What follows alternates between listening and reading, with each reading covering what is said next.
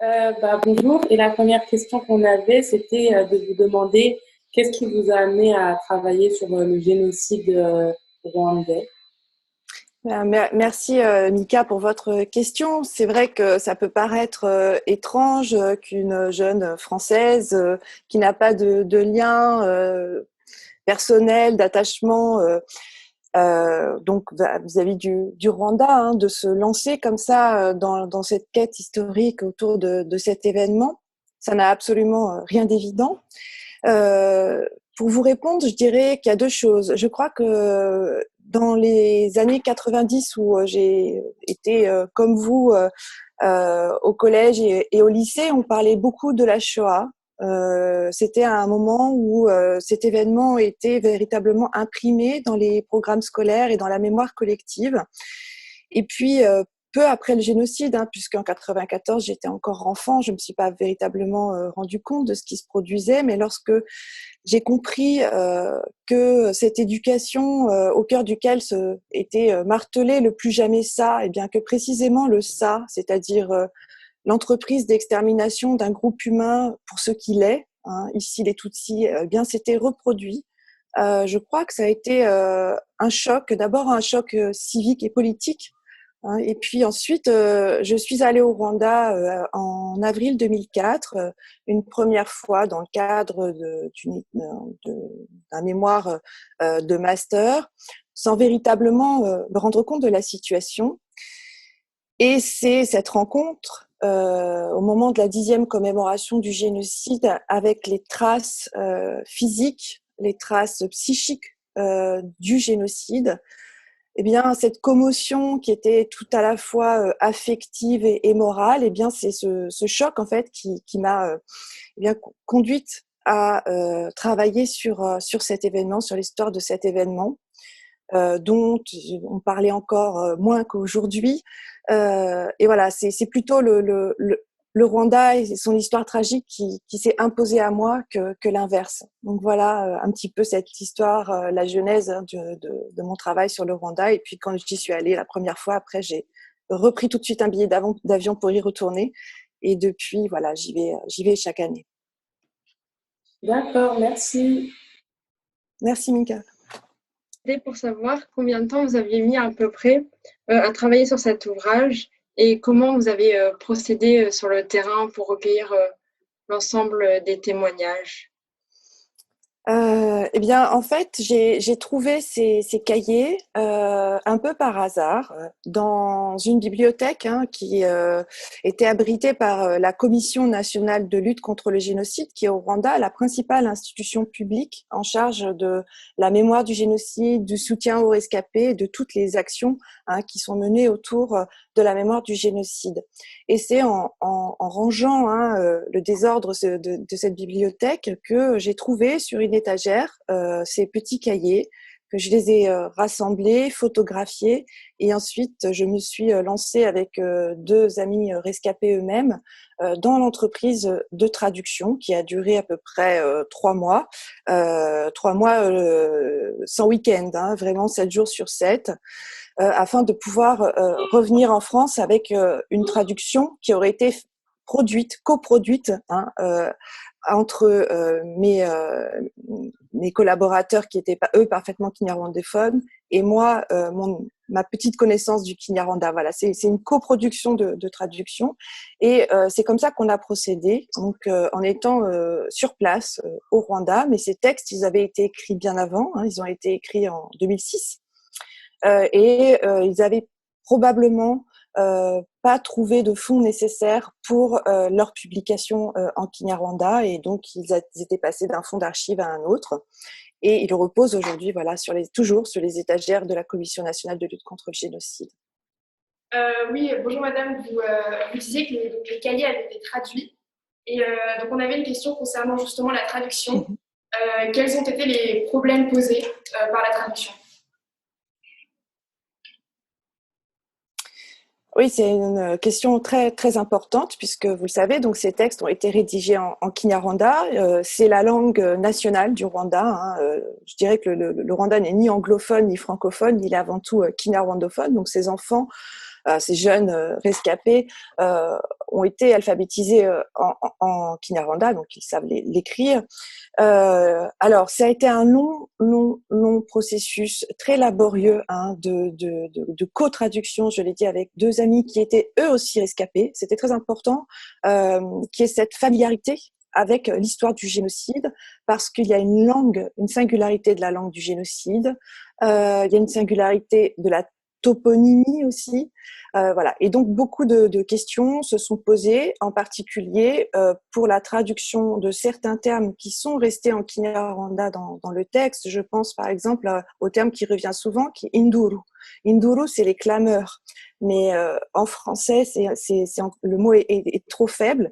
Et induru, ça fait partie maintenant du vocabulaire lié irrémédiablement à l'expérience du génocide, par exemple. Et puis se poser la question de la traduction d'un certain nombre de termes de botanique ou bien liés à des paysages particuliers. Par exemple, donc ces enfants sont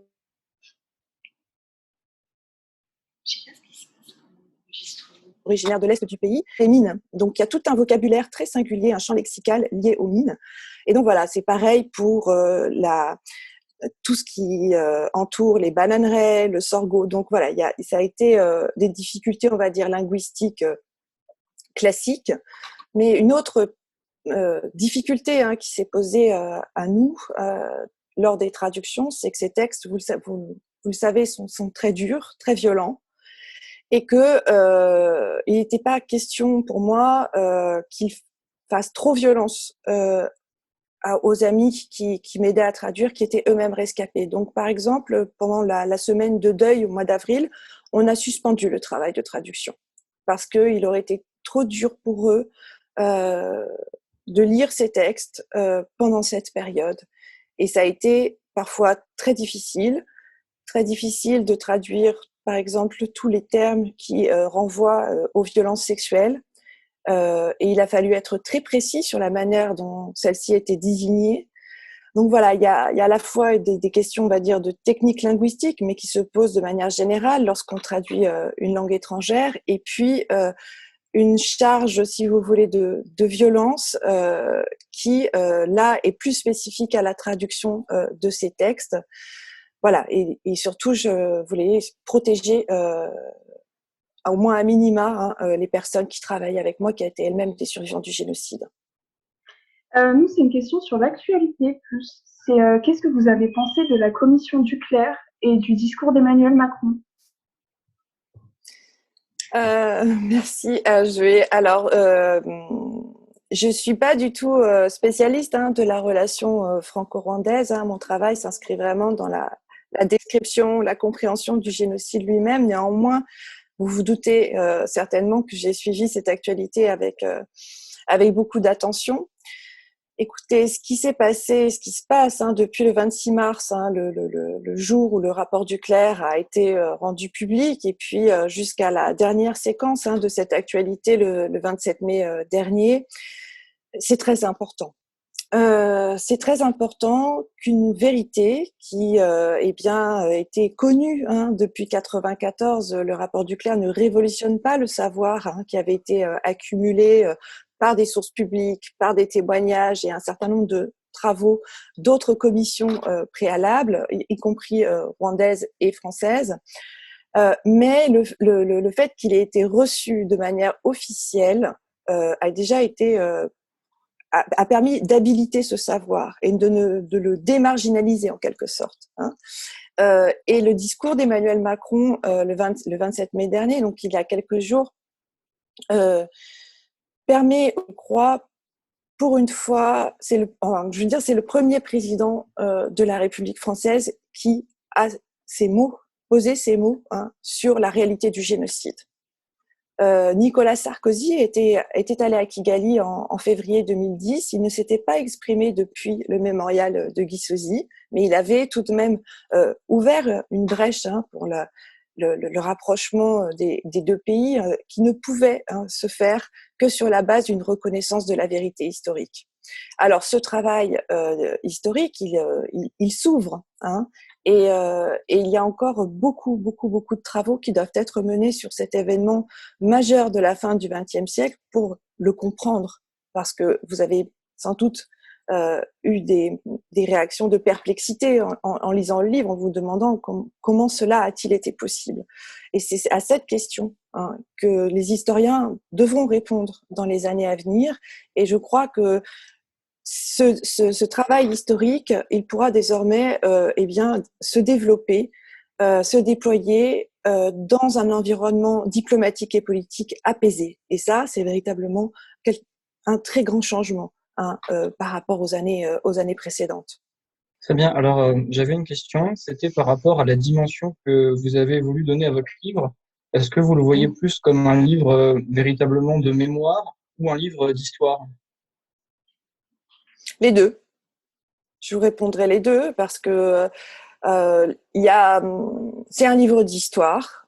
Très clairement, je considère que ces cahiers, ce que les orphelins et les orphelines ont écrit à cette période, a une valeur historique indéniable pour comprendre à la fois les discriminations dont ils ont fait l'objet, la violence dont ils ont été les victimes avant le génocide, l'expérience du génocide même, qui, elle, n'a pas de fin. On voit bien comment toute la dernière partie sur la vie des orphelins après le génocide est inextricablement liée à l'expérience qu'ils ont subie pendant le génocide.